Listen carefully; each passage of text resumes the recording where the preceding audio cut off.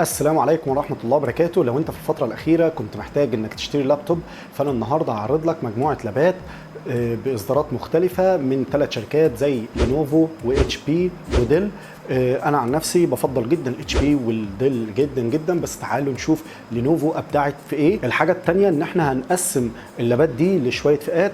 اول فئه معانا اللي بيلف 360 درجه واللي انت تقدر تستخدمه كتاتش باد، ومعانا الفئه الثانيه اللي هي الحاجات السليم، ومعانا الحاجات ال 12 بوصه، وكمان هنجيب لك حاجات فيها كروت شاشه خارجيه علشان شغل الجرافيك. لو جينا نصنف برضو اللابات كتصنيف اخر، هيكون عندك فيه شغل للاوفيس، شغل المكتبي والشغل التعليمي والكلام ده كله يندرج تحتيه مثلا شغل المستشفيات، وفي شغل تاني هيكون خاص بشغل الجرافيك وازاي ان انت تنفذ شغل فيه فوتوشوب كتير وفي شغل بريمير او الكلام ده كله. فتعالوا بينا نشوف الفيديو هيتكلم ازاي. فئه الاسعار اللي احنا هنتكلم فيها، هنتكلم من اول 2000 ونص وانت طالع بالفئه السعريه بتاعتك لحد 12000. مش هنعدي ال 12000 في حاجات مستعمله، بس الامكانيات بتاعتها كويسه جدا، التقفيل بتاعها كويس جدا، الاستخدام بتاعها كويس جدا ورائع. يعني انا عملت زي تشيك اب على الحاله بتاعتها قبل ما اطلع وان انا اعرض لك حاجه زي دي. بالنسبه لمجموعه اللابات دي، فهي مقدمه من شركه سوق الكمبيوتر، اللي احنا هنسيب لك تحت الديسكربشن بتاعهم والبيج وكل التفاصيل الخاصه بيهم، علشان لو انت حبيت انك تشتري من خلال الفيديو ده يبقى انت تتواصل معاهم مباشره. انا دوري ان انا بدي لك النصيحه قبل ما تشتري. تعال نشوف ايه اهم حاجات انت لازم تعرفها قبل ما تشتري اللابتوب. لازم تتاكد اول حاجه من البروسيسور بتاعك، هو كور كام وجيل كام. حته الجيل بتفرق كتير. يعني انا لو معايا بروسيسور كور اي 7 جيل تاني، ومعايا بروسيسور كور اي 3 وجيل خامس سادس سابع، الكور اي 3 هيكون هنا احسن من الكور اي 7 في التكنولوجي بتاعه، في السرعه بتاعته، في تنفيذ الاوامر، في تنفيذ الجرافيك. البروسيسور بيفرق كتير جدا جدا جدا في تنفيذ الجرافيك. طيب وبتنفيذ طبعا الاوامر، اذا كان بقى وورد، اكسل، باوربوينت، ايا كان البرنامج. طيب الحاجه الثانيه اللي انت هتركز عليها جدا هي كارت الشاشه. وجود كارت الشاشه بيفرق معاك جامد جدا في سعر اللابتوب. ليه كارت الشاشه بيفرق معايا جامد؟ وخد بالك ان في ساعات بيكون في كروت داخليه سعرها غالي شويه، تمام، لان بيبقى الكارت داخلي وبس التكنولوجي بتاعه عالي. بس انا عايز اقول لك على حاجه، ان كارت الشاشه والبروسيسور دول نادرا ما انت تعرف تغيرهم من اللابتوب، يعني ترقيهم. لان كان في الفيديو اللي قبل كده حد في الكومنتس كان قال لي لا احنا ممكن نغير البروسيسور.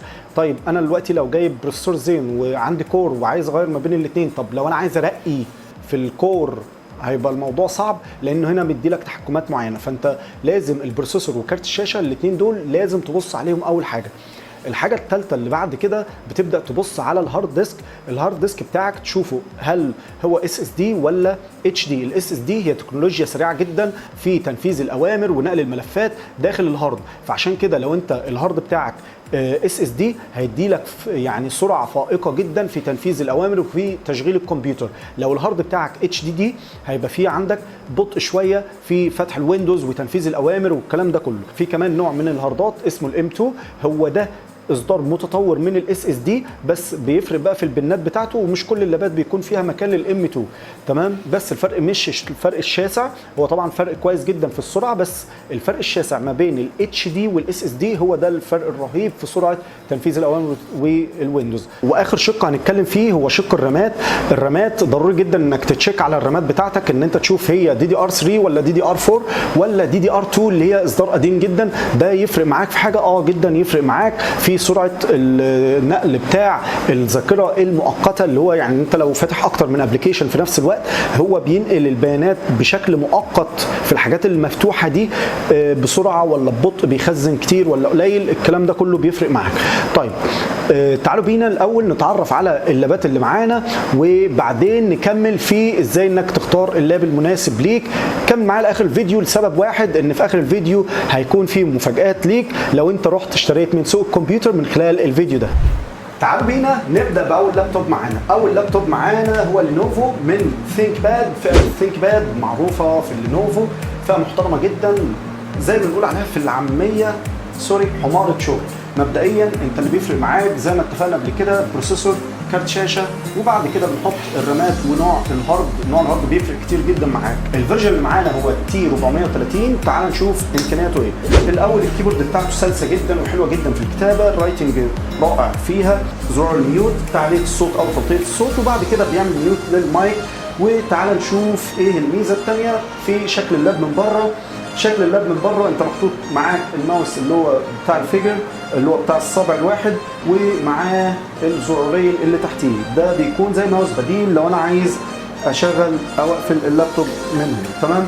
الميزه الجميله في اللابتوب لو انت قاعد في اضاءه خافته بالليل تقدر من عند الكاميرا انك تشغل كشاف يضرب على الكيبورد. الكشاف ده موجود فوق الكاميرا بحيث ان انت تقدر لو داخل ميتنج زوم حتى بالليل ولا حاجه تبقى باين حاجه بسيطه كده.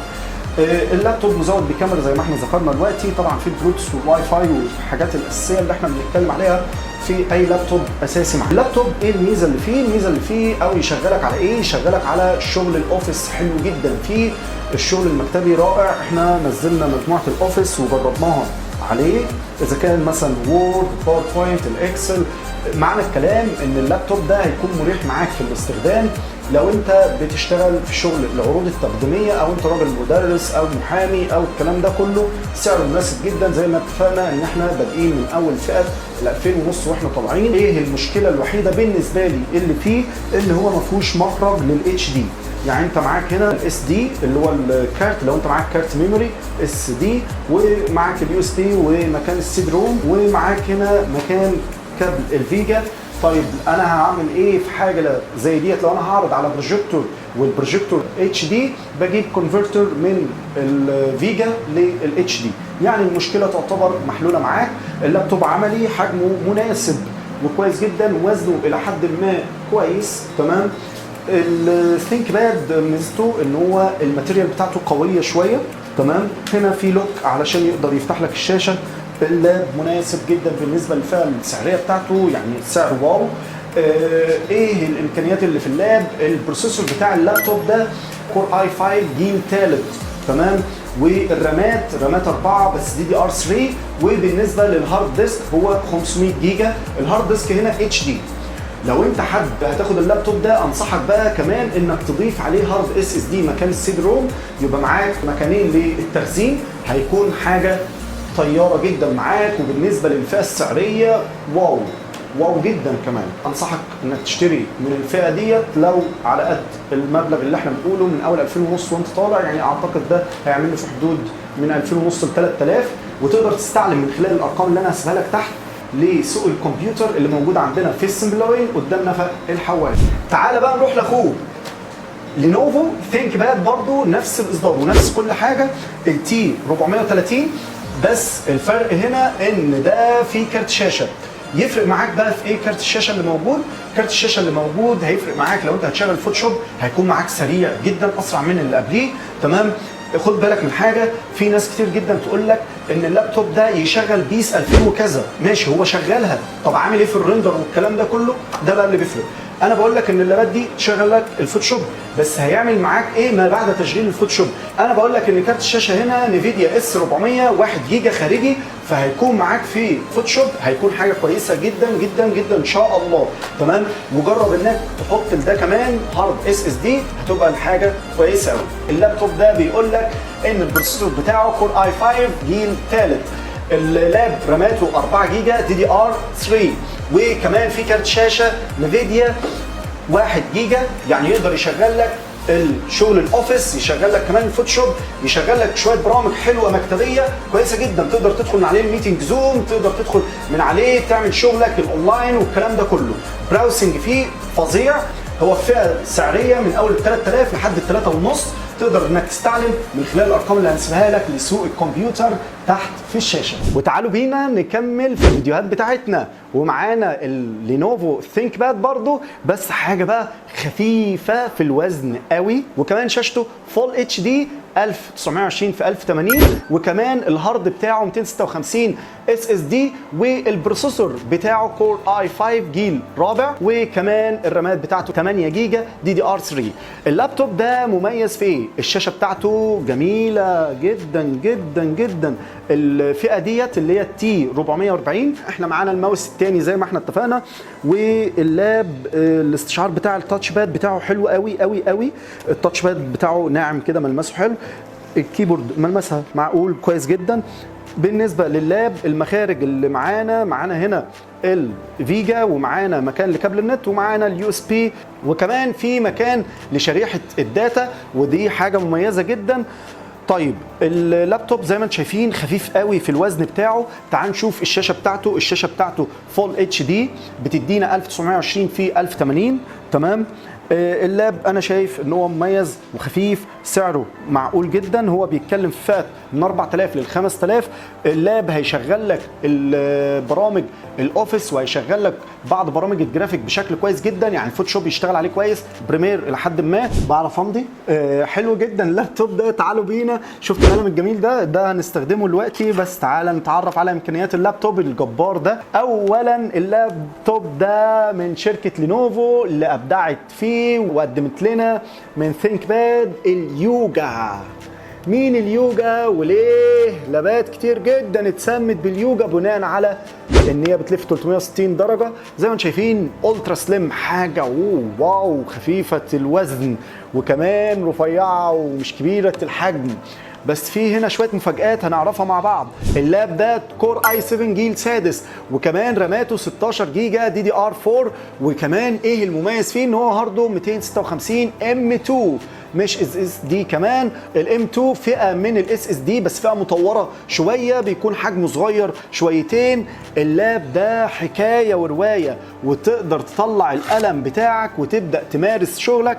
التاتشنج بتاعه تحفه، وتقدر تستخدم القلم زي ما انت شايف بانسيابيه تامه حلو قوي.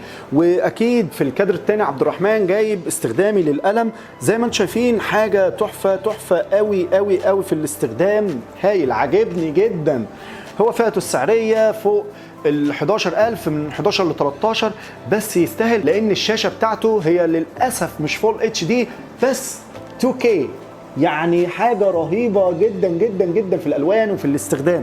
تعال نشوف كده لو احنا شغلنا فيديو عليه، تمام، هيكون الدنيا عاملة ازاي. هتكون انت مشغل الفيديو بالشكل ده، والسرعة بتاعة البروسيسور حاجة رهيبة جدا. اللاب حجمه ووزنه تحفة.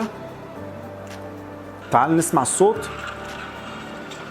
طبعا الصوت بتاعه كويس جدا بالنسبة للحاجات اللي احنا بنتكلم فيها، الامكانيات. لا صوته جميل، بس طبعا يعني هم في الحاجات دي مش بيركزوا على الصوت قوي ان هو يكون عالي، لان في الاول وفي الاخر ده لابتوب مش هتقعد تعمله دي جي. تمام. فهنا اللاب الوانه جميله ولذيذه وواضحه من كل الاتجاهات. الشاشه كريستال، الشاشه تاتش، الحاجه بتلف 360 درجه، جميل جدا في الاستخدام. وكمان معاك هنا البصمه لو انت عايز تعمل اللوك بتاعك بالبصمه.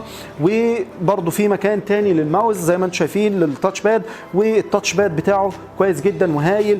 اللابتوب معقول قوي. تعال نشوف امكانياته.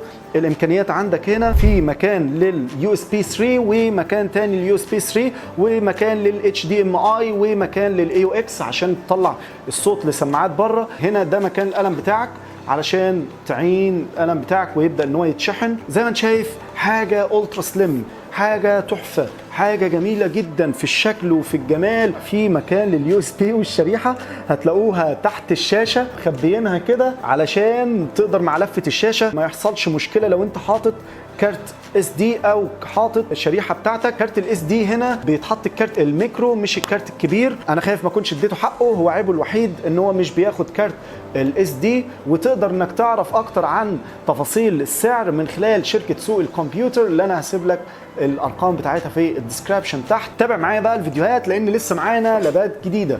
يلا بينا نتكلم عن حته حلوه من اتش بي كور اي 7 جيل رابع. هي دي بس المشكله اللي فيه، انما تعالى نتعرف على بقيه امكانيات اللابتوب. اللاب راماته 8 جيجا دي دي ار 3، وكمان الهارد بتاعه 256 اس اس دي. كارت الشاشه بتاعه 1 جيجا، هو كارت شاشه اي تي اي. هيكون معاك في الرندر حاجه جميله جدا. انا عايز اقول لك ان هو بس لو كان الجيل بتاعه اعلى من كده شويه كان هيبقى حاجه تحفه وجباره في شغل الجرافيك. بس هو شغال لك برامج الجرافيك طبعا شغل حلو جدا، والفوتوشوب والبريمير بشكل جميل جدا. والميزه كمان ان الشاشه بتاعته فول اتش دي، يعني تعرف تشتغل عليه برامج الجرافيك بشكل رائع جدا. الشكل من قدام من هنا معدن، الملمس بتاعه معدن زي ما انت شايف بالشكل ده.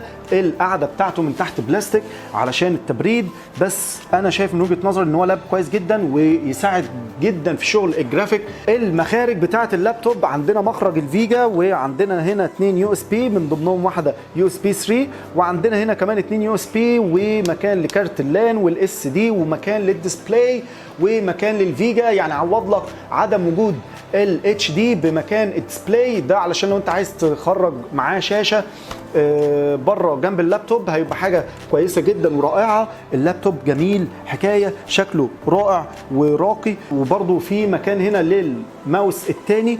انا شايف ان اللاب هايل جدا، امكانياته مناسبه جدا للجرافيك. وتعالى بقول لك على المفاجاه ان سعره بيبدا من 6000 وانت طالع، يعني في من 6000 لحد 7000. وانا هسيب لك رقم شركه سوق الكمبيوتر عشان تقدر تتواصل معاهم وتعرف اكتر عن سعر اللابتوب ده. تعالوا نشوف اتش بي عامله لنا ايه في اللاب اللي احنا مقدمينه ليكم دلوقتي. الاول اللاب ده فئته السعريه من 5000 ل 6000. تعالوا نشوف ايه الامكانيات اللي فيه. اول حاجه بالنسبه لللابتوب، البروسيسور بتاعه كور اي 5 جيل رابع، والرامات بتاعته 8 جيجا بس دي دي ار 3، وكمان الهارد بتاعه 256 اس اس دي. اللابتوب ده فيه كارت شاشه 8500 من اي تي اي، واللابتوب ده تعالوا نشوف هو مميز في ايه. اللاب زي ما انت شايف هو حجمه كبير شويه علشان فول كيبورد، والشاشه بتاعته 15 بوصه. بعض الناس بتعتبرها ميزه وبعض الناس بتعتبرها عيب. هو فيه 5 مخارج او 5 مداخل يو اس بي، من ضمنهم طبعا اليو اس بي 3، ومكان لكابل اللان، ومكان للاس دي كارد، وكمان عندك بقى هنا الناحيه الثانيه مكان للفيجا، ومكان للديسبلاي، ومكان للاي او اكس بتاعك. اللاب حلو جدا، انا شايف ان الشاشه بتاعته فول اتش دي، فحاجه كويسه جدا في شغل الجرافيك تمام. بس الشاشه ماهاش اي بي اس، دي بس المشكله اللي فيه. انما اللابتوب انا شايف ان هو تحفه، حاجه جباره جميله جدا. فعلشان كده انا شايف ان هو سعره مناسب جدا جدا جدا لامكانياته، حاجه رهيبه. لو انت بتبدا في شغل الجرافيك اللاب ده مناسب جدا ليك.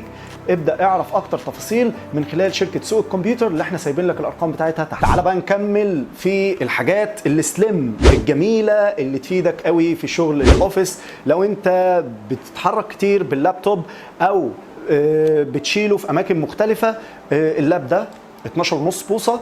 اللاب ده عبقري، حاجه جميله. الهارد الداخلي بتاعه 256 اس اس دي. الهاردات الاس اس دي هتلاقي سرعه في التشغيل رهيبه جدا. تعال نتكلم عن امكانياته. الرامات فيه 8 جيجا دي دي ار 3. اللابتوب اللي معانا ده كور اي 5 جيل رابع، ونوع البروسيسور بتاعه الفي برو. الفي برو طبعا حاجه امكانيات رهيبه قوي قوي قوي، وكمان البروسيسور ده سريع جدا في التصفح لو انت هتستخدمه في الانترنت.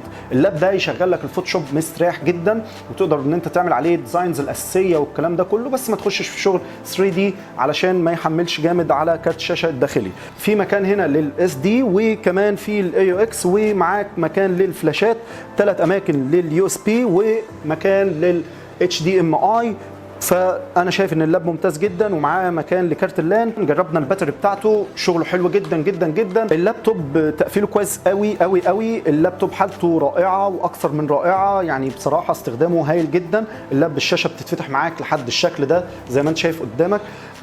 بس انا شايف من وجهه نظري الشخصيه عيب وحيد في اللابتوب ده ان السكرين ريزوليوشن بتاعته 1366 بس. الموضوع ده يفرق مع الناس الجرافيك اللي شغالين جرافيكس، مش هيفرق معاك انت كحد شغال اوفيس او شغال في شغل مثلا طلابي او شغل مثلا محامي او محاسب او الكلام ده كله. هيكون سريع جدا جدا جدا معاك بسبب الهارد الاس اس دي اللي جواه، وان نوع البروسيسور بتاعه في برو، وان هو كمان كور اي 5 جيل رابع. فحاجه كويسه جدا وحاجه ممتازه، انصحك انك تشتريه. اللابتوب ده فئته السعريه من 4000 ل 5000، وده اللي انت تقدر تتواصل مع شركه سوق الكمبيوتر من خلال الرقم اللي احنا هنسيبه لك تحت. لو انت كملت الفيديو للاخر هتلاقي فيه مفاجاه، ان انا هعمل لك بعض الهدايا اللي انت تقدر تحصل عليها بعد ما تشوف الفيديو للاخر. ولو رحت اشتريت من خلال سوق الكمبيوتر من خلال اللابات اللي احنا بنعرضها معاك في الباكج اللي هيكون معانا طول الفيديو. تعال نكمل في الدل ونشوف الحته الجميله دي. الحته دي وزنها معقول شويه، هي اتقل من الفيرجن اللي كان قبليه،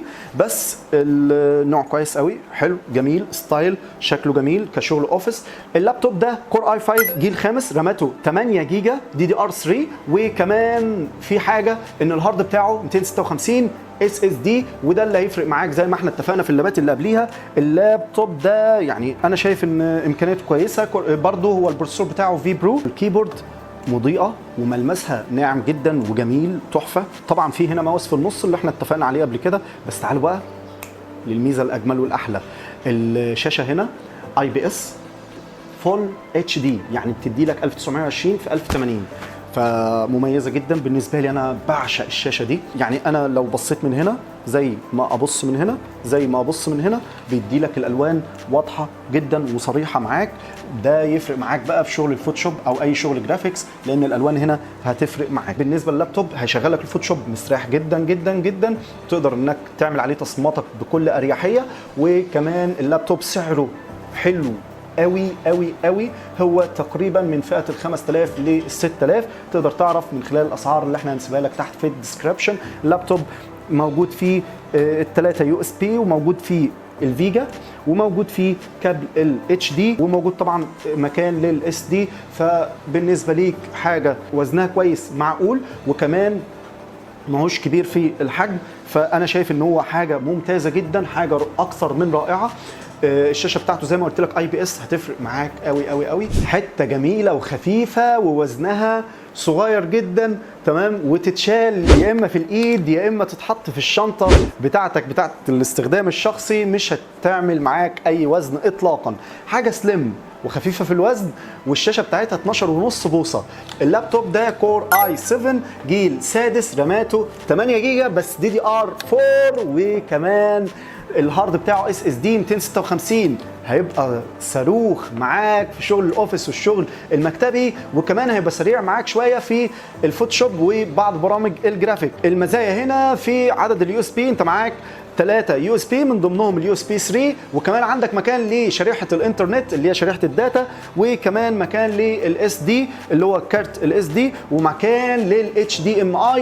اللابتوب بصراحه انا شايف من وجهه نظري ان مميزاته جميله جدا جدا جدا. وزي ما انتم شايفين ممكن مثلا ان الكيبورد مش مضيئه، دي بعض العيوب اللي احنا ممكن نشوفها، بس اللابتوب كمجمل تحفه جدا جدا جدا. انصحك بيه. فئته السعريه من 7000 ل 8000، ده اللي انت تعرفه من سوق الكمبيوتر اللي احنا هنسيب لك رقمهم تحت. الميزه بقى في الشاشه دي ان هي فول HD، وكمان IPS، وكمان كريستال. يعني انت لو فتحت من اي اتجاه تبدا تشوف وتتعامل. انا من هنا زي شايف من هنا زي شايف من هنا. دي ميزه الIPS طبعا. الصوت بتاعه جميل رائع.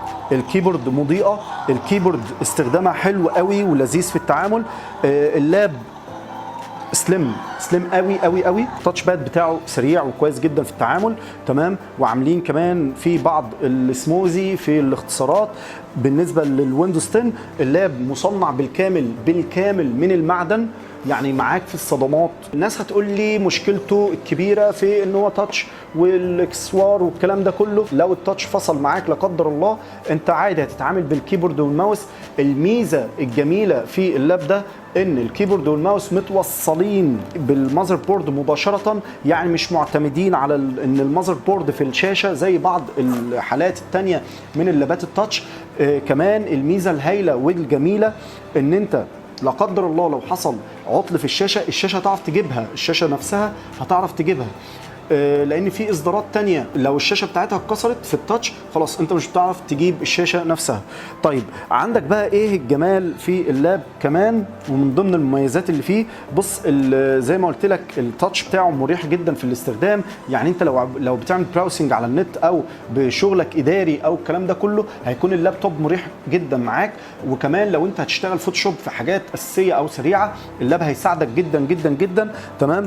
اللاب مناسب جدا جدا لشغل الجرافيك الخفيف. تعال نبص بقى على المخارج بتاعته. انت عندك هنا اماكن لليو اس بي، وفي من ضمنها اليو اس بي 3، ومعاك مكان للاتش دي ام اي، ومعاك مكان للتايب سي والديسبلاي، مكان تاني لليو اس بي، ومكان للاس دي كارد، وهنا ده مكان الباور بتاعك، تمام. وعندك هنا تعلية الصوت او توطية الصوت. ده حجم اللاب السليم جدا جدا جدا ومعدن. سليم جدا جدا جدا ومعدن، حاجه رهيبه جدا جدا جدا. انا عن نفسي هجيب منه كميه اخليها عندي للشغل بتاعي، شغل السوشيال ميديا وشغل التدريس. لان هو بصراحه حكايه وروايه وحاجه منتهى الجمال وحاجه سرعه جدا في الاستخدام. انا عاجبني جدا جدا جدا في شغله.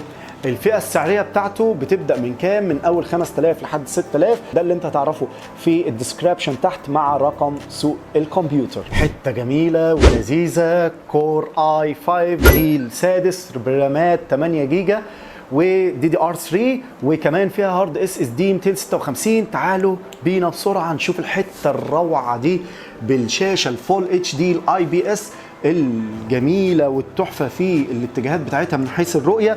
واللاب زي ما قلت لك الملمس بتاعه ناعم جدا، وفي الماوس اللي في النص. اللاب ده جميل قوي قوي قوي لو انت هتستخدمه في شغلك الاوفيس، او كمان لو انت هتبدا تشتغل عليه جرافيك تحفه معاك. هيشغل لك الفوتوشوب والبريمير ويدي لك اداء كويس جدا معاهم. اللاب ده انا شايف من وجهه نظري ان هو حاجه رائعه جدا بالنسبه لخفه وزنه، ومكون من البلاستيك بالكامل. اللاب هنا مكان للاس دي اللي هو كارت الميموري، وعندك يو اس بي 3، وهنا برضو في اليو اس بي 3 والاتش دي، وبيطلع لك كمان فيجا، وكمان في مكان لشريحه الانترنت. اللاب مميز جدا بالنسبه لي، بالنسبه لو انت هتستخدمه في شغل الاوفيس تحفه تحفه تحفه. والاتحف والاجمل ان هو بيدي لك شاشه اي بي اس، تقدر تدخل بقى على برامج زي الفوتوشوب تشوف الالوان بطبيعتها وانت بتصمم. الحاجات دي بتفرق معاك جامد جدا. اللاب تحفه جدا جدا جدا في المشاهده، في الرؤيه، الصوت بتاعه جميل، الالوان واضحه قوي قوي قوي. مش عارف هي واضحه معاك في الشاشه زي ما هي واضحه عندي ولا لا، بس اللاب امكانياته جباره. الفئة السعرية بتاعته من 6000 ل 7000، وده اللي انت تقدر تعرفه اكتر من خلال سوق الكمبيوتر، لان هسيب لك في الديسكريبشن تحت ارقامهم، تواصل معاهم. يلا بينا بقى نتكلم عن اللابات الفول كيبورد.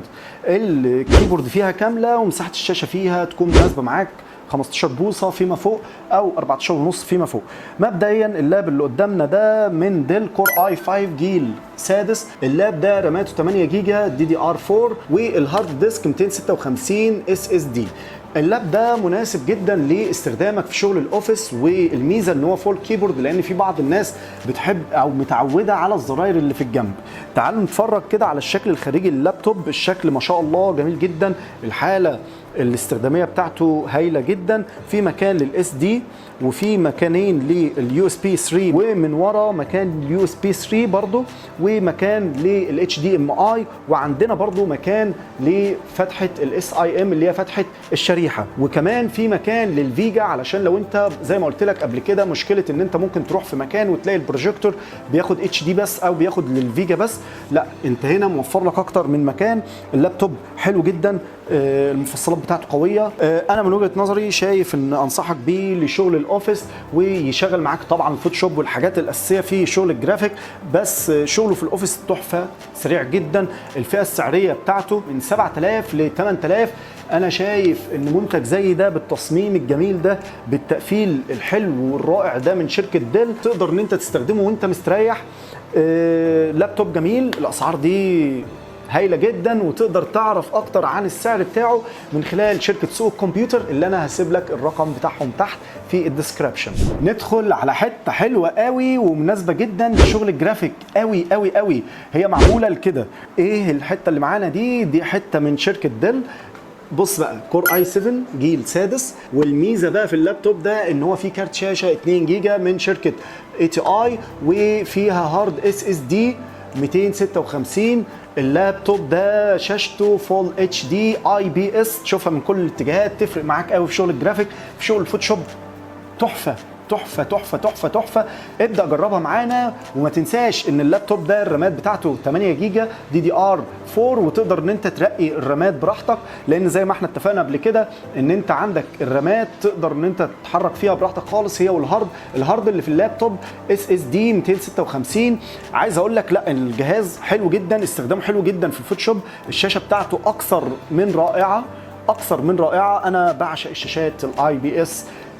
حكايه في الرؤيه من كل الاتجاهات وانت قاعد بتشتغل، الوان واضحه، الكلام ده كله. فانا بنصحك باللابتوب ده. المخارج بتاعته معاك 3 يو اس بي، ومكان للاتش دي، ومكان للفيجا، ومكان للاس اي ام علشان لو انت بتسافر كتير ومحتاج نت، وكمان معاك هنا مكان الاس دي كارد، لو انت بتاخد شغل من الكاميرا بتاعتك فتحط الميموري بتاعك على طول وتسحب الصور والفيديوهات. اللاب مناسب جدا ان هو يشتغل عليه برامج زي البريمير والافتر افكت والكلام ده كله. السعر بتاعه بيبدا من 11000 ل 12000. ده انت تقدر تعرفه اكتر من خلال شركه سوق الكمبيوتر اللي انا هسيب لك ارقامها تحت. ودي كانت مجموعه اللابات اللي كانت معانا النهارده. يا رب تكون عجبتكم ويا رب تكون في متناول الجميع.